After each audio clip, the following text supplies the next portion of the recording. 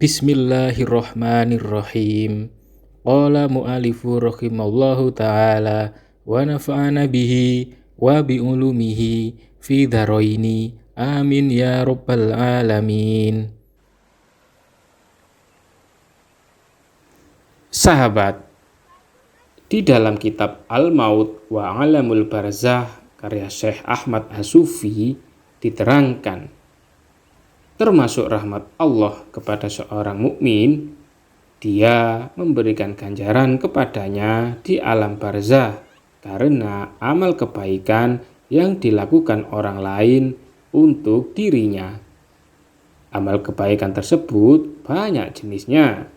Misalnya, yang pertama, doa dan istighfar untuk orang yang sudah meninggal. Allah berfirman, dan orang-orang yang datang sesudah mereka, yakni muhajirin dan ansor, mereka berdoa, Ya Rob kami, ampunilah kami dan saudara-saudara kami yang telah beriman lebih dahulu dari kami. Dan janganlah engkau membiarkan kedengkian dalam hati kami terhadap orang-orang yang beriman.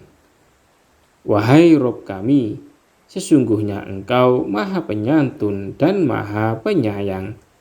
Quran Surat Al-Hasyr ayat 10.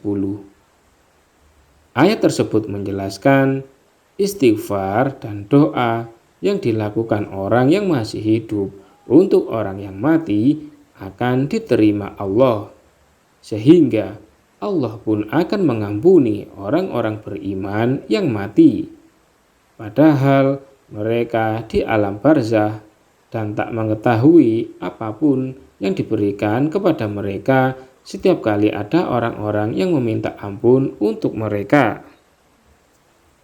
Perintah Allah untuk mensolatkan dan mendoakan orang yang telah mati menunjukkan hal itu bermanfaat baginya dan akan menambah ganjarannya.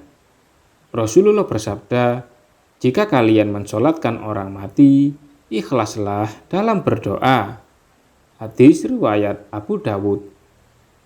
Rasulullah mengajarkan mereka jika melewati kuburan untuk berdoa, keselamatan bagi kalian penghuni kuburan dari orang-orang beriman dan orang-orang Islam, dan kita insya Allah akan bertemu dengan kalian. Kami berdoa agar Allah memberikan maaf untuk kami dan kalian. Hadis riwayat Muslim. Yang kedua adalah sedekah untuk orang yang telah meninggal. Aisyah menuturkan bahwa ada orang yang datang kepada Nabi dan berkata, Wahai Rasulullah, ibuku mati mendadak dan tidak sempat untuk berwasiat. Saya yakin jika ia berkata untuk berwasiat, wasiat tersebut adalah ia akan sedekah. Apakah ia akan mendapatkan ganjaran jika aku bersedekah untuknya? Rasulullah menjawab, ya. Hadis riwayat Bukhari.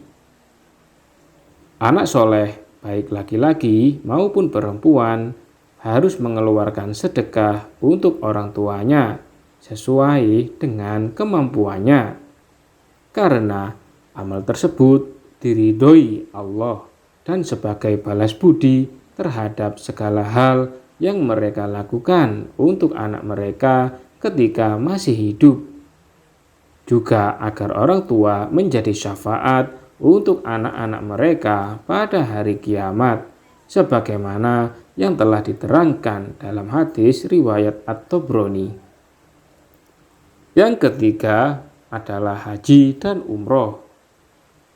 Haji dan umroh yang diperuntukkan bagi orang yang telah meninggal akan diterima Allah, baik orang yang mati telah berhaji, berumroh maupun belum. Ganjaran orang yang melakukan haji dan umroh tidak akan dikurangi Allah hanya karena ganjaran tersebut diberikan kepada orang yang telah mati. Abu Rozin Al-Akili menuturkan, Rasulullah bersabda, berhajilah untuk ayahmu dan berumrohlah. Hadis riwayat Tirmizi. Yang keempat, membaca Al-Quran.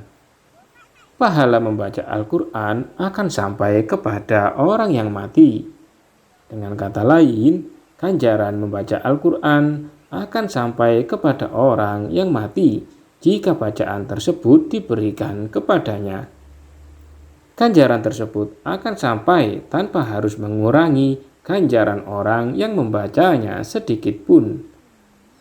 Rasulullah bersabda, hati Al-Quran adalah Yasin.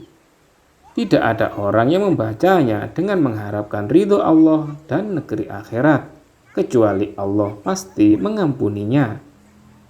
Bacalah oleh kalian untuk orang yang mati. Hadis riwayat Ahmad dan Abu Dawud.